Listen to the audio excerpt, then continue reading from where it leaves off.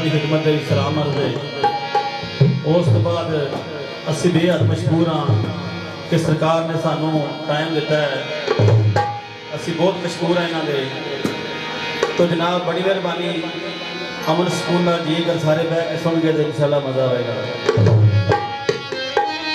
तो बाकी पूरा नाम मेरे अल्लाह ते अल्लाह दा नबी दा ही है, मैं कुछ भी नहीं, मैं सिर्फ हाजरी देने वास्ते आया।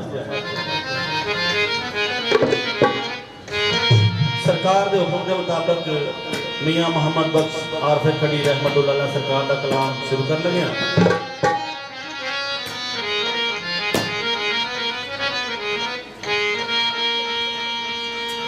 अव्वल सिफत है सिफतां वालड़े दी, सिफतां वालड़े रब रहमान मियाँ। हक जिस दी बाग गुलजार सारे आया जिस दी शान विच कुरान मियाँ।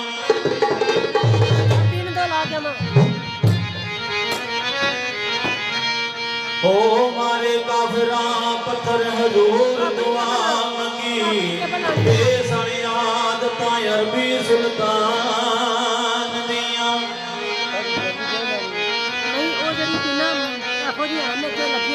पर तुसी मोमनो नबी दा ए पढ़ो कलमा, बेटा ना रखो मदीने नू जान दियां।